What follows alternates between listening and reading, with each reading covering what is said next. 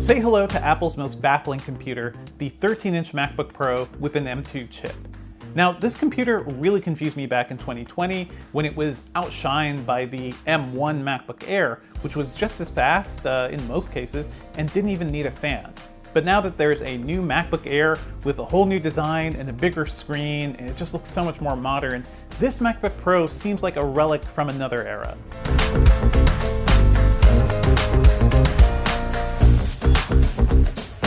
It's from a time when Apple had to build machines around Intel's hotter and less efficient chips instead of taking full advantage of its own hardware. To be fair, the 13-inch MacBook Pro is still a nice computer, and the M2 chip gives it a decent performance boost. But it's also something I can't easily recommend, not when the new MacBook Air just offers so much more, including a nice new design, and the 14-inch MacBook Pro also exists, has a ton more power, a far better ProMotion screen, and actually has the ports you'd need to get some work done. Now, Apple claims the 13-inch MacBook Pro is one of the best-selling computers it has, and that's not too surprising, not when it's the cheapest Pro computer that they're selling. But you know what? It's 2022, and this specific design has been around for several years. So no, I don't think popularity is an excuse for a lazy design here. Now, I suppose it makes sense why Apple would coast a bit here. The MacBook Pro's aluminum unibody case still looks very nice. It's very attractive, and it's far better than most PCs out there. And, you know, we're still in the middle of the pandemic. It is hard for people to get together to design new products. There are still a lot of supply chain constraints, especially around the chip crunch. So putting more of a focus on the new MacBook Air and the 14-inch MacBook Pro and 16-inch MacBook Pro kind of makes more sense for Apple to make some bigger leaps there. I think it's just a shame that those priorities meant that the 13-inch MacBook Pro is stuck in the past with, you know, a 13-inch display that has far thicker bezels than any of their other laptops and only 2 ports. It's so sad. And no, the Touch Bar doesn't help the situation either. Did I mention the Touch Bar? This thing still has one. Just when we thought we were rid of Apple's second screen misfire, it's back to torture us again with moving shortcuts and disappearing function keys. Honestly, it's kind of maddening. It's almost as if Apple had some Touch Bar components left around and it just kind of had to unload them on us, and we're paying the price for that. Even if you like the Touch Bar, my big issue is that developers just really aren't taking advantage of it anymore. So in several years, this will just be a weird appendage on a MacBook Pro, sort of like the last proto-human with a tail. Now that I've gotten my frustrations out, we could talk about what's good here, and that's Apple's new M2 chip. It offers 8 CPU cores and up to 10 GPU cores, which Apple claims will deliver 18% faster multi-threaded performance and up to 35% faster graphics speeds. The real upgrade for pros, though, is that it now supports up to 24 gigabytes of RAM instead of being limited to 16 gigabytes, and it also has double the memory bandwidth. Together with support for ProRes encoding and decoding, the M2 chip makes this MacBook Pro a far better option for somebody who doesn't want to leap to the 14-inch MacBook Pro, which is much more expensive, but still wants to get some decent video editing work done. Our review unit, which featured the M2 chip with 10 GPU cores, 16 gigabytes of RAM, and a terabyte of storage, was noticeably faster in just about every benchmark, and that's pretty much what we expected. It scored almost 9,000 points in Geekbench 5's multi-core test, whereas the M1 MacBook Pro was closer to 7,000 points.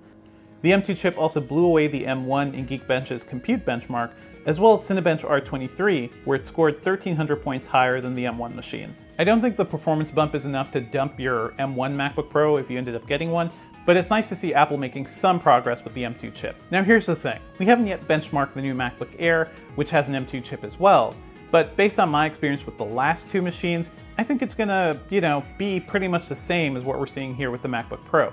The big difference is that the MacBook Pro has a fan and a far more elaborate cooling system, while the MacBook Air is fanless. So that means the Pro can do heavier jobs like video editing and rendering and 3D encoding and stuff like that. It can do sustained jobs and kind of keep the temperatures down while still offering a lot of performance. The M2 chip in the MacBook Air will end up being throttled over time as it gets hotter, so that'll, slow you down if you're a serious professional.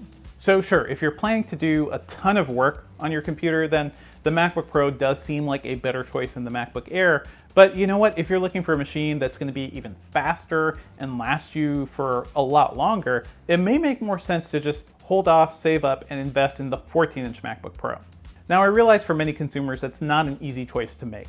The MacBook Pro 13-inch starts at $1299, while the 14-inch goes a lot more. It starts at $1999. But if you look beyond their base specs, because the 13-inch MacBook Pro starts with an anemic 8GB of RAM and 256GB of storage, I think you'll start to see the differences between those machines, at least when it comes to price, really starts to disappear quite a bit. Bumping both systems up to 16GB of RAM and 1TB of storage raises the prices to $1899 and $2199 respectively.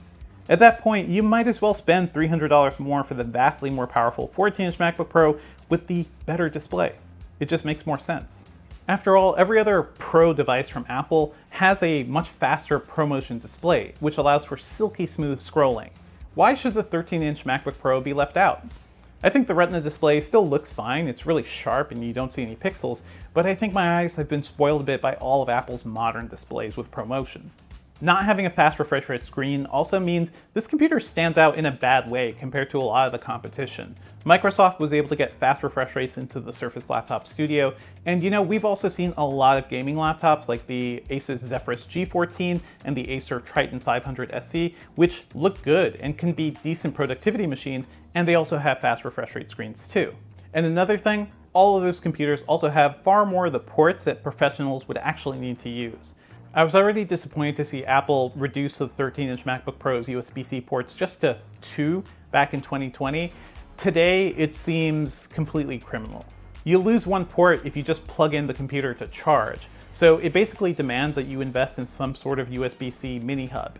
And anyway, you'll need one of those things if you want to offload videos or photos from your camera because there's no SD card reader. I suppose at this point we should just be thankful Apple is still including the headphone jack. Now, there are still elements of the 13-inch MacBook Pro that, I still like. It has an incredible keyboard and mouse, it has decent speakers that can fill up a small room. It feels nice, and the build quality is pretty excellent, but that's what we've been seeing for years. The battery life is also pretty solid. It lasted over 17 hours in our testing. So basically, if you didn't know what you were missing from Apple's other computers, you'd probably be pretty happy with the 13-inch MacBook Pro with an M2 chip. Personally though, I just want better for potential MacBook buyers. Why should they be stuck with the chunkiest screen bezels in Apple's entire lineup? Don't they deserve high refresh rate screens? And for something so popular, shouldn't it be getting more attention from Apple? Like I said above, the 13-inch MacBook Pro is a fine machine, but it could have been so much more. Stay tuned to Engadget.com for more laptop reviews. We'll definitely be looking at the new MacBook Air soon, which I'm really excited about. And if you dug this video, please be sure to like and subscribe.